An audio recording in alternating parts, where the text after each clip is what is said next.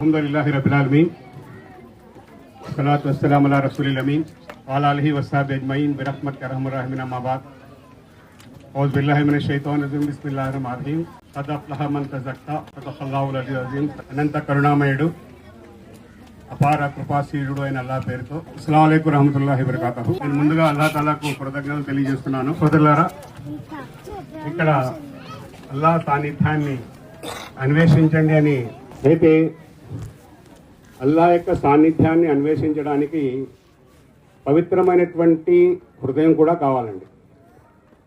సంకల్పంలో శుద్ధి ఉండాలి. మనం చేసే ప్రతి పని కూడా అల్లాహ్ కోసమే చేస్తున్నాము అనేటువంటి భయంతో, భక్తితో, ఏకాగ్రతతో, చిత్తశుద్ధితో పనిచేయాలి. ఒకవేళ అలా కాకుండా మనకి ప్రపంచం కోసం కానీ, ప్రదర్శనా బుద్ధి కోసం కానీ, రియాకారి అంటారు దాన్ని, రియాకారి గురించి కానీ మనం ఏదైనా చేసినట్లయితే ఇది అల్లాహ్ దగ్గర ఆమోదయోగ్యం కాదు. కనుక సంకల్ప శుద్ధి అనేటువంటిది చాలా ముఖ్యమైనటువంటిది. మనం నమాజ్ చదివినా, మన ఉపవాస వ్రతాలు పాటించినా, మన సత్కార్యాలు చేసినా, మన దాన ధర్మాలు చేసినా, మన జకాత్ ఇచ్చినా, మన ఖురాన్ పఠించినా సరే ఇది రజాయి ఇలాహీ ఫలాయి ఆఖిరత్గా ఉండాలి. అంటే అల్లాహకు ఇష్టమైనదిగా ఉండాలి. ఆఖిరత్ పరలోకంలో మనకు సాఫల్యం లభించాలి. ఈ ఉద్దేశంతో చేసిన ప్రతి పని కూడా అల్లాహ్ తాలా స్వీకరిస్తాడు. ప్రవక్త సల్లల్లాహు అలైహి వసల్లం వారు ఉండగా కొంతమంది వజూ చేసుకుని నమాజ్కు వస్తున్నారు. అప్పుడు ప్రవక్త సల్లల్లాహు అలైహి వసల్లం అన్నారంటే, మీరు వజూ చేసుకున్నారా అని అడిగారు. చేసుకున్నా ఉన్నారు. నమాజ్ చేసే ముందు మరొక వజూ కూడా చేసుకోండి అన్నారు. సహాబీలకు అర్థం అవ్వలేదు.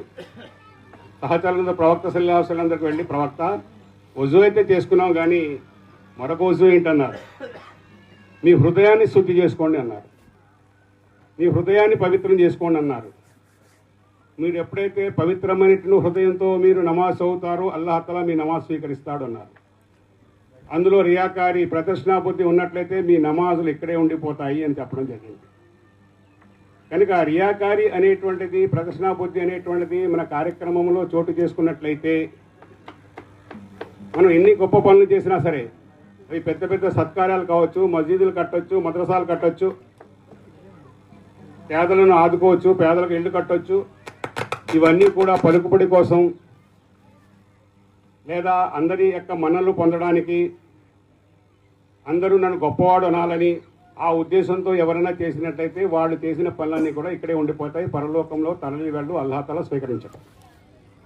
కనుక సోదరులారా, సోదరిమణులారా, అల్హమ్దులిల్లా మనం అల్లాహ్ యొక్క సాన్నిధ్యాన్ని అన్వేషించడానికి ప్రయత్నాలు చేస్తుంటాం.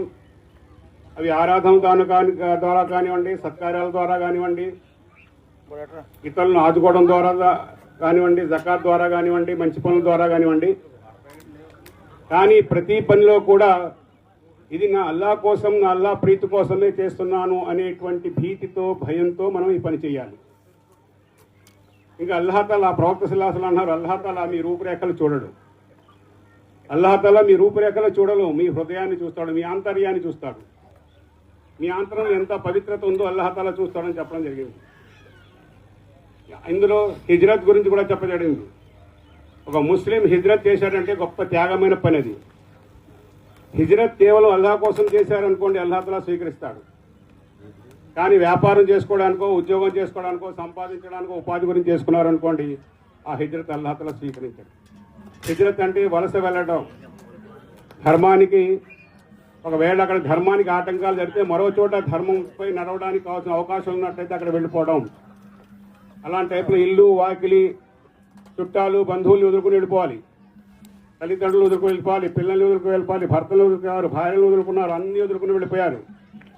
కానీ ఉద్దేశం ఉండాలి, నేను ధర్మం కోసమే వెళుతున్నాను, నేను ధర్మం కోసమే వెళుతున్నాను కనుక నేను అల్లాహ్ తఆలా నా యొక్క హిజ్రత్ స్వీకరించాలి అనే ఉద్దేశంతో వెళ్ళాలి. హసన్ బస్రీ రహమతుల్లాహి అలైహి వారు బగ్దాద్లో గొప్ప పండితుడు, ధార్మిక పండితుడు. ఆయన గ్రామాలకు వెళ్ళి ప్రసంగాలు చేసేవారు. ఆయన ఇలాంటి ఇస్తమాలు చేసి అందరినీ జాగృతి చేసి ధార్మిక విషయాలు చెప్పేవారు. ఆయన ఒక గ్రామం నుండి మరో గ్రామానికి మజిలీ వెళుతున్నారు. రాత్ర పడుకున్నారు. టెంట్లు వేసుకున్నారు, ఇలా టెంట్లు పడుకున్నారు. అతని కొడుకు కూడా ఉన్నాడు. అతని కొడుకు లెగిసి తహజ్జుద్ నమాజ్ చదివాడు. తహజ్జుద్ నమాజ్ చేసి దువా చేసుకుని నిలబడి ఏమంటున్నాడంటే, ఆ పడుకున్నట్టు ముస్లింలను ఉద్దేశించి, వీళ్ళు ఏంటి తహజ్జుద్ నమాజ్కి లెగలేదేంటి, ఇలా పడుకున్నారేంటి, నేను తహజ్జుద్ నమాజ్ చేశాను కదా అన్నాడు. ఇప్పుడు హసన్ బసీర్ రహమతుల్లాహి ఎవరు ఏమన్నారంటే, నువ్వు తహజ్జుద్ నమాజ్ చేశావు కానీ చేయకపోవడమే మంచిదన్నారు. కానీ నువ్వు తహజ్జుద్ నమాజ్ చేసింది నీ కోసం చేశావు కానీ నువ్వు చెప్పుకోవడానికి కాదన్నారు. చాలామంది మన వాళ్ళు అంటారు, నేను 5 పూట నమాజ్ చదువుతానండి, నేను అందరికంటే ముందు మసీద్కి వచ్చేస్తానండి. ఎవరి గురించి వస్తామండి మనం? ఎవరి గురించి అండి 5 పూట నమాజ్ చదువుతున్నాం? ఎవరిని సంతోషపెట్టడానికండి? నేనే ముందు వస్తానండి, నేనే ముందు వస్తానని చెప్పుకుంటాను. ఇది చెప్పుకోవాల్సిన మాటలు కావండి. మమ్మల్ని గుర్తించవలసింది అల్లాహ్ తాలా. హజరత్ మావియా రజీయల్లాహు తాలా అనేవారు, ఆయన రాజుగా ఉన్నప్పుడు, చక్రవర్తిగా ఉన్నప్పుడు ఆయన ఎప్పుడు కూడా సభ ఎప్పుడు కూడా హదీస్తో ప్రారంభమయ్యేది. ప్రవక్త సల్లల్లాహు అలైహి వసల్లం వారి యొక్క ప్రవచనాలతో ప్రారంభమయ్యేది. హజరత్ మావియా రజీయల్లాహు తాలా వారి యొక్క సభలో, ఆయన యొక్క దేశంలో ఒక గొప్ప పండితుడు ఉండేవారు. ఆయన పేరు షఫీ రజీయల్లాహు తాలా అనేవారు. ప్రవక్త సల్లల్లాహు అలైహి వసల్లం వారికి దగ్గరగా ఉండేవారండి ఎప్పుడు కూడా. హజరత్ మావియా అన్నారు, సభ ప్రారంభం అవుతుంది, షఫీ రజీ గారిని కోరుతారు, ఒక మంచి హదీస్ చెప్పండి, ఒక మంచి ప్రవక్త సల్లల్లాహు అలైహి వసల్లం వారి యొక్క ప్రవచనాన్ని చెప్పండి. మా హృదయాలన్నీ కూడా తేలికైపోవాలి, మా హృదయాల్లో ఒక ప్రేరణ, స్ఫూర్తి రావాలి, ఒక గుణపాఠం కావాలి, భయంతో కంపించిపోవాలి అన్నారు. అప్పుడు షఫీ రజీయల్లాహు తాలా వారు, ప్రవక్త సల్లల్లాహు అలైహి వసల్లం వారు ఇలా అన్నారు అని స్పృహ తప్పిపోయేవారు. మొదటిసారి స్పృహ తప్పిపోయారు, రెండోసారి స్పృహ తప్పిపోయారు, మూడోసారి కూడా స్పృహ తప్పిపోయారు. అంటే ఒక సహాబీ ప్రవక్త సల్లల్లాహు అలైహి వసల్లం వారి యొక్క దగ్గరగా ఉన్నటువంటి ఒక సహాబీ ఆయన స్పృహ తప్పిపోయారు అంటే అది ఎంత గంభీరమైనటువంటి విషయం ఒకసారి ఆలోచించండి. ఆ తర్వాత ఆయన స్పృహలోకి వచ్చి కాస్త ధైర్యాన్ని పొందుపరుచుకొని ఆయన హదీస్ ప్రారంభిస్తారు. ప్రవక్త సల్లల్లాహు అలైహి వసల్లం వారు చెప్పారు, అల్లాహ్ దగ్గర 3 వ్యక్తులను ప్రవేశపెడతారటండి. ఒక వ్యక్తి విద్య అభ్యసించినవాడు, ధార్మిక విద్యను అభ్యసించినవాడు. రెండో వ్యక్తి ధనవంతుడు. మూడో వ్యక్తి పరాక్రమవంతుడు, ధైర్యశాలి, బలవంతుడు. మొదటి వ్యక్తి వస్తాడు, అల్లాహ్ తాలా ప్రశ్నిస్తున్నాడు, ఓ ఆదంపుత్రుడా, నీకు తెలివితేటలు ఇచ్చాను, విద్యా వివేకాన్ని ఇచ్చాను, ఏం చేసేవారా అని అడుగుతాడు. అతను ఏమంటాడంటే, నేను నీకోసమే ఈ విద్యాదానం చేశాను అంటాడు. అప్పుడు అల్లాహ్ తాలా అంటాడు, అబద్ధం, నువ్వు మాట్లాడేది అబద్ధం, నువ్వు నా కోసం చేయలేదు, నువ్వు గొప్ప పండితుడు అని పొగడుకోవాలని చేశావు, ఆ పొగడ్తలు నీకు ప్రపంచంలో ఇచ్చేసాను, నీకు ఇక్కడ ఏమీ లేదు అని చెప్పేసి అతను తీసుకుని నరకంలో వేసేస్తాడు. ఇంకా రెండో వ్యక్తి వస్తాడు, ధనవంతుడు, వాదంపుత్రుడా, నీకు ధనాన్ని ఇచ్చాను, ఏం చేశావని అడుగుతారట. నేను పేదలకు ఖర్చు పెట్టాను, మసీదులు కట్టించాను, మద్రసాలు కట్టించేశాను అంటాడట. అప్పుడు అల్లాహ్ తాలా అంటాడట, నువ్వు అబద్ధాలు చెప్తున్నావు, నువ్వు నా కోసం ఖర్చు పెట్టలేదు, నువ్వు గొప్పవాడు అని పొగడ్తలు కావాలి నీకు, దాని గురించి నువ్వు ఖర్చు పెట్టావు కనుక నువ్వు ఇక్కడ నరకానికి అర్హుడని నరకంలో వేయడం జరుగుతుంది. ఇంకా మూడో వారు పరాక్రమవంతుడు, బలవంతుడు, వాడిని కూడా పిలవడం జరుగుతుంది. వాడిని అడిగినప్పుడు నీ కోసం షహీద్ అయిపోయాను అలా అంటాడు. నువ్వు నా కోసం షహీద్ అవ్వలేదు, నీ బలాన్ని చూపెట్టడానికి, నీ శక్తిని చూపెట్టడానికి నువ్వు షహీద్ అయిపోయి నువ్వు వేరే వాడు పొగడ్తలకు ఆశించావని చెప్పడం జరిగింది. ఈ ముగ్గురిని కూడా నరకం వేయడం జరిగింది. ఈ ముగ్గురు చేసిన త్యాగాలు మామూలు త్యాగాలు కావండి. తన యొక్క విద్యను ఇతరులకు పంచడం అంటే మామూలు విషయం కాదు, ధనాన్ని ఖర్చు పెట్టడం అంటే మామూలు విషయం కాదు, తన ప్రాణాన్ని ఇచ్చి షహీద్ అయిపోవడం అంటే మామూలు విషయం కాదు. కానీ ఈ మూడు కూడా పరలోకంలో వాళ్ళకి పనిచేయలేదు.